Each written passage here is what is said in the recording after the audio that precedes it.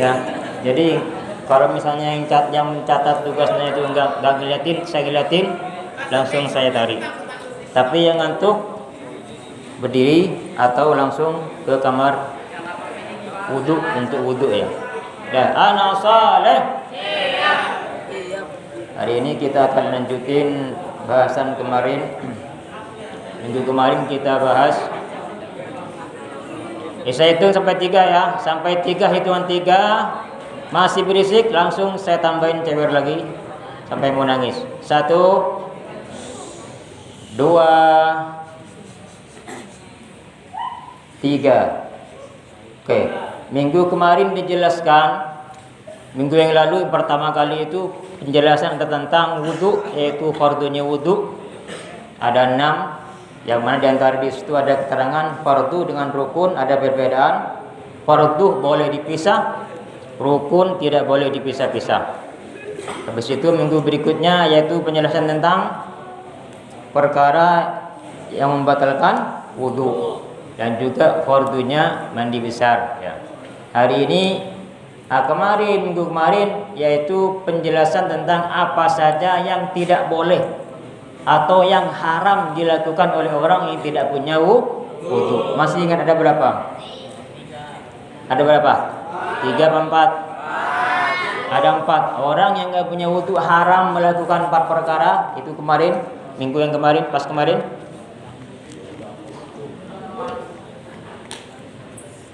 Apa saja yang haram dilakukan orang ketika dia nggak punya wudhu? Yang pertama haram sholat apa saja, sholat fardu atau sholat sunnah, termasuk khutbah Jumat, termasuk sujud tilawah juga nggak boleh melakukan kalau tidak punya wudhu. Kenapa? Karena ada hadis. Kenapa sholat nggak boleh wudhu? Karena ada hadis, la yaqbalullah sholata ahadikum idza ahdatha hatta yatawadda.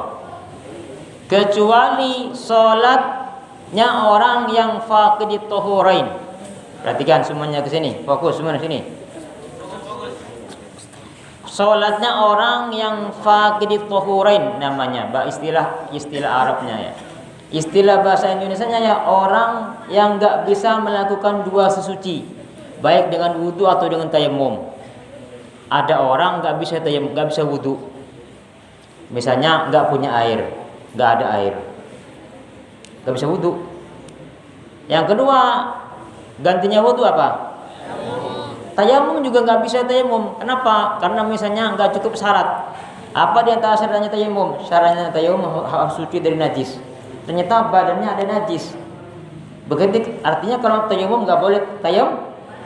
Kenapa? Syaratnya tayamum di antaranya harus suci dari najis. Abu tanah ada misalnya nih. Cuman mau tayamum pakai tanah itu nggak cukup syarat. Apa? Karena ada najis. Di antara syaratnya orang tayamum harus suci dari najis. Mau bersihin najisnya nggak ada air. Begitu ya. Berarti nggak bisa wudhu, nggak bisa tayamum. Nah, itu namanya faqidit tahurain dalam istilah fikih ya. Nah, orang seperti itu kalau kondisinya seperti itu maka dia tetap boleh sholat, bahkan wajib sholat. Ini mazhab Syafi'i, tapi sholatnya li hurmatil waqti. Apa artinya? Menghormat waktu. Ini mazhab Syafi'i ya. Tapi kalau mazhab yang lain termasuk Imam Abu Hanifah langsung enggak sholat, enggak masalah itu. Ya.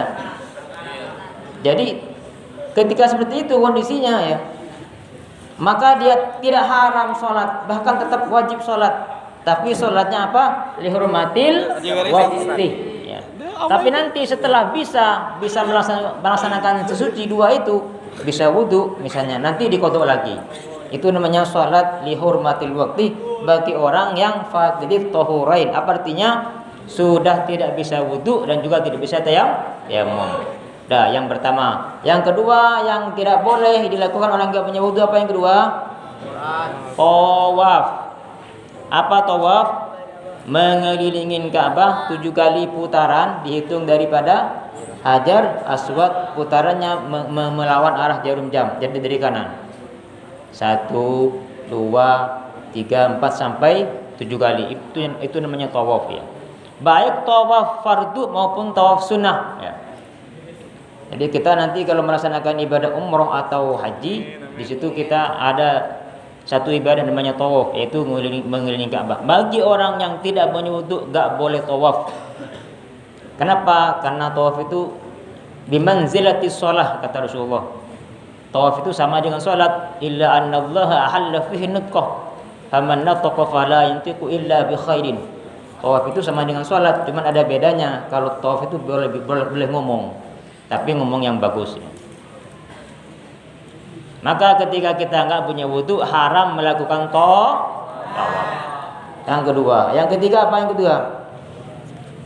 Menyentuh Al-Quran, menyentuh Quran atau mushaf ya. Menyentuh saja juga enggak boleh kalau enggak punya wudu ya. Baik langsung ataupun misalnya pakai sarung tangan, tetap enggak boleh. Dan itu bukan hanya Al-Quran yang tertulis, artinya termasuk apa? Kulitnya juga nggak boleh dipegang kalau nggak punya wudu ya. Termasuk semua apa saja media ya, entah kertas, entah papan, entah apalah, entah tulang misalnya, yang ditulis Al-Quran, yang mana tujuannya menulis itu adalah untuk dibaca.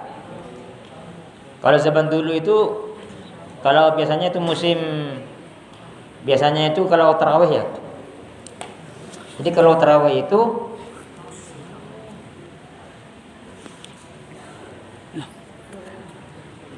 pokoknya yang saya lihat ya, yang nggak ketahuan berarti nggak saya lihat.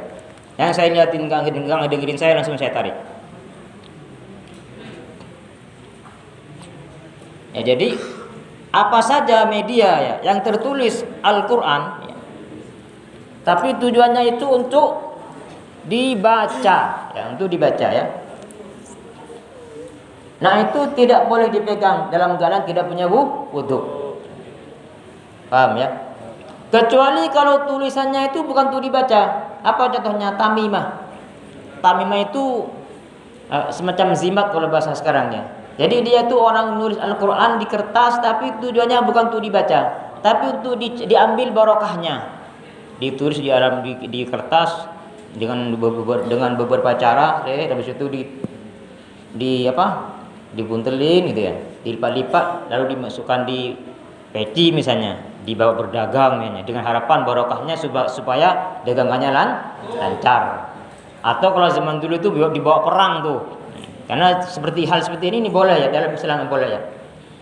Bahkan ada sahabat itu Khalid bin Walid kalau nggak salah, itu beliau itu ketika mau perang nyimpan rambutnya Rasulullah. Jadi rambutnya Rasulullah ada di kepalanya. Pingin barokahnya Rasulullah, sehingga karena yakinnya karena Rasulullah itu sayyidul anbiya wal mursalin ya, rambutnya pun ada barokahnya ya. Jadi artinya bertawassul dalam hal ini mengambil barokah dalam Islam itu diperbolehkan. Termasuk barusan apa di antaranya? Tawassul mengambil barokah kepada Al-Quran. Jadi dia nulis Al-Quran itu bukan untuk dibaca, tapi betul-betul niat mengambil barokahnya. Maka kalau seperti itu kita tulis Al-Quran itu di kertas, itu enggak apa-apa sekalipun enggak banyak wudu, boleh dipegang. Paham tuh? Paham ya? Dah.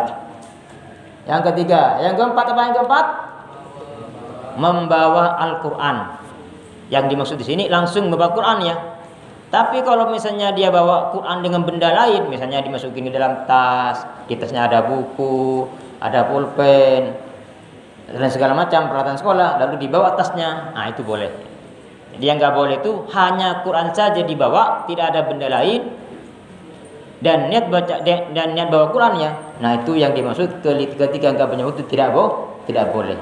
Paham ya? Paham Tom? Ini ngantuk nih. Ngantuk, bangun. Berdiri. Ini juga bercanda tidur. Siapa?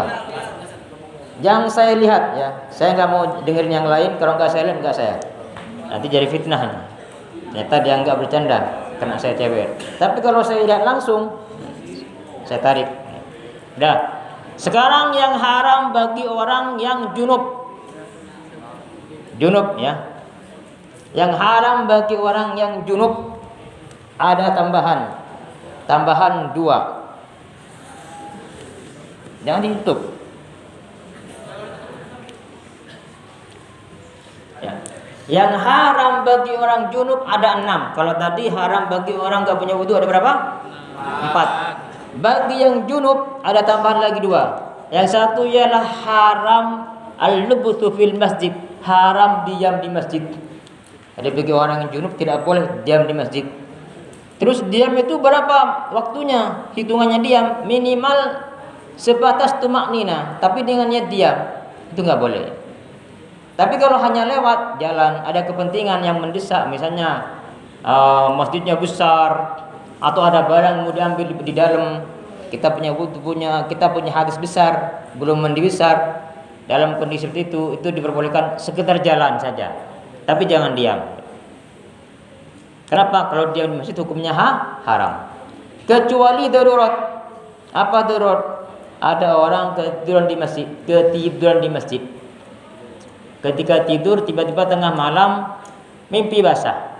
Ya, berarti kan junub namanya ya, mimpi basah. Ya. Setelah mimpi basah dilihatin jam 12 malam atau jam 1. Di luar gelap banget. Akhirnya dia mau keluar takut. Entah ada huk-huk lah atau apa gitu ya. Akhirnya dia takut keluar, atau mungkin di luar ada orang jahat. Kalau dia keluar nanti bisa kena kejahatan orang. Maka dalam kondisi seperti itu namanya darurat. Walaupun dalam keadaan junub belum mandi besar diperbolehkan sampai aman boleh nanti keluar. Paham ya? Paham dong? Oke, itu yang berapa? Yang kelima. Yang terakhir, suruh bangun. TB, bangun TB, berdiri. Yang kelima, yang keenam, yang haram bagi orang yang junub adalah membaca Al-Quran. Jadi kalau yang junub belum mandi besar, membacanya nggak boleh. Ya, membaca saja nggak boleh. Terus membaca itu apa? Perhatikan, membaca itu diantaranya yang haram. Yang pertama syaratnya diantaranya membaca dengan mulut. Jadi orang lagi hadis besar membaca di mulut, itu yang tidak boleh baca Quran, yang haram. Tapi kalau di hatinya ngejalan, matanya ngeliatin Quran, hatinya terus, tapi mulutnya nggak baca, hatinya yang baca dalam hati, itu boleh. Jadi yang nggak boleh itu bagi orang junub baca dalam mulut, itu syarat pertama. Syarat kedua, bacanya dengar kupingnya sendiri, jadi dibaca, dilafalkan. Bismillahirrahmanirrahim. Alhamdulillahirabbil alamin. Misalnya, dibaca kupingnya sendiri dengar, itu yang haram. Bagi orang junub tidak boleh membaca Quran kalau bacanya yang pertama tadi dibaca di mulut, yang kedua didengarkan oleh tubuhnya sendiri. Syarat yang ketiga, dia memang niat baca Quran. Jadi bacanya memang niat baca Quran dia. Tapi kalau niatnya nggak baca Quran, apa contohnya? Niatnya zikir. Apa zikir contohnya? Ada musibah, tiba-tiba mendengar kabar ada orang meninggal. Lalu baca apa? Inna lillahi wa inna ilaihi raji'un. Itu kan juga Al-Quran ya. Tapi niatnya bukan baca Quran. Apa niatnya? Mendoakan. Niat zikir ya. Niat zikir ya. Karena memang disunahkan ketika ada musibah berzikir itu. Maka ketika baca itu tidak haram. Kenapa? Karena niatnya bukan baca Al-Quran. Apa niatnya? Niat berzikir. Atau misalnya doa, Rabbana atina fid dunya hasanatan wa fil akhirati hasanatan wa qina adzabannar. Dalam keadaan junub tapi dia enggak niat baca Quran. Apa niatnya? Berdoa. Itu boleh. Paham ya? Paham tuh? Jadi syarat yang ketiga ialah niat baca Quran. Ulangin lagi, syarat pertama ialah bacanya di mulut, bukan di hati. Di hati enggak masalah. Yang kedua, kupingnya sendiri dengar. Yang ketiga, niat baca Quran. Sekarang yang keempat, perhatikan, nanti ada pertanyaannya nih sebelum pulang insyaallah kalau ada waktu. Yang keempat syaratnya ialah bacaan yang sunnah. Jadi yang haram itu bacaan sunnah ya. Karena dalam Al-Quran itu ada bacaan wajib, ada bacaan sunnah. Kalau bacaan wajib enggak haram. Apa contohnya bacaan wajib? Apa yang wajib dibaca Quran yang hukumnya sunnah? Membaca surat Al-Fatihah dalam sholat. Wajib atau sunnah itu? Kenapa wajib? Karena suratul Fatihah termasuk pada rukun. Rukun apa namanya? Rukun qauli ya, rukun qauli.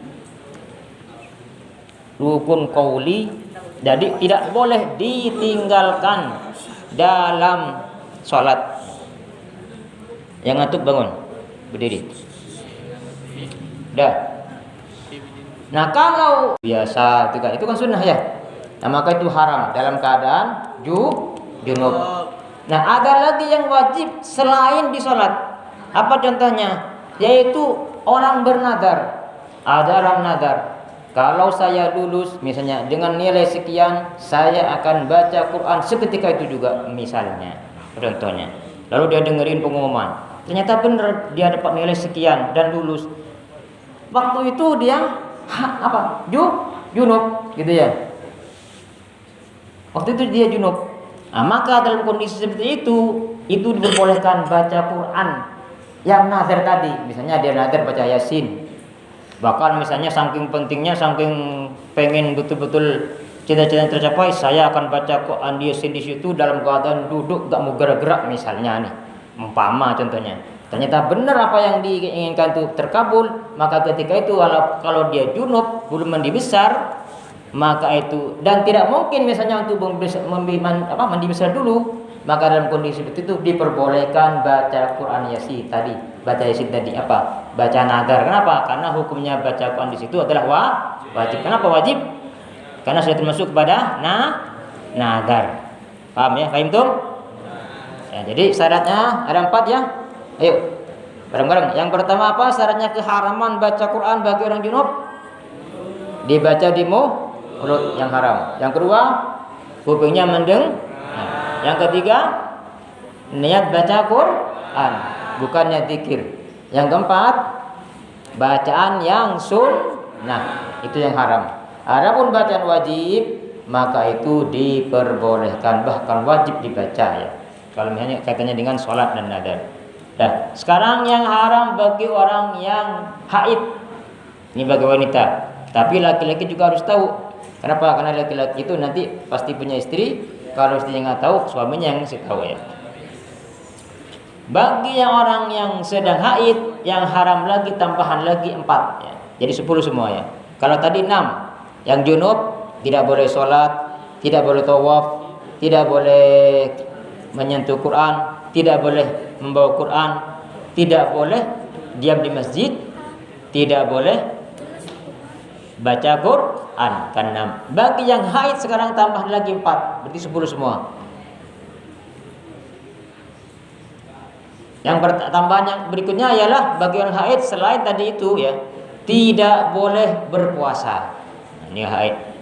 Tapi nanti diqadha ya. Nanti diqadha setelah Ramadan diqadha puasanya ya. Udah kentut nih. Nah, ya tuh. Apa kurang sakit tangan saya? Kok masih bercandaan anak? Sudah. Jadi bagi orang yang haid tambahan lagi nggak boleh berpuasa. Tapi nanti diqadha setelah selesai Ramadan, setelah suci. Berikutnya yang haram bagi haid, ketika haid haram bercerai. Jadi nggak boleh bercerai dengan suaminya ya. Belum haid ya. Terus yang kedua, ya bagi suami-suami terutamanya, kalau lagi haid, walaupun marah gimana jangan cerai ya. Sekalipun cerai itu boleh, tapi termasuk abghadul halal. Paling dibenci perkara yang halal itu telah cerai. Jadi jangan sampai bercerai ya. Nah, kalau dilakukan dalam keadaan haid maka itu dosa. Kenapa? Karena itu bisa memperpanjang iddahnya si perempuan tersebut ya.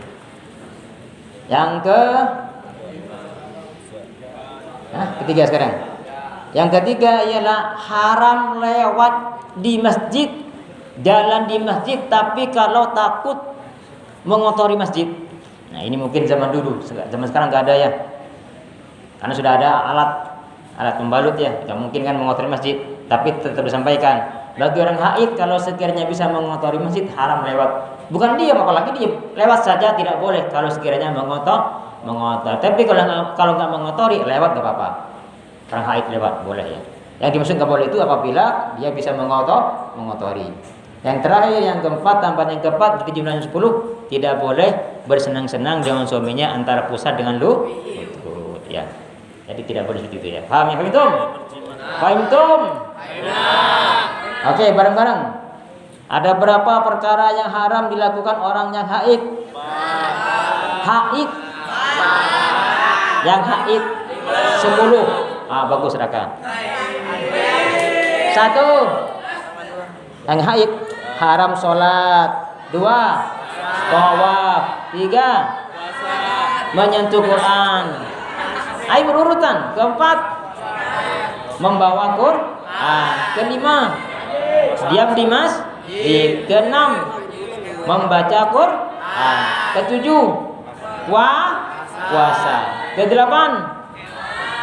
Bercerai. 9.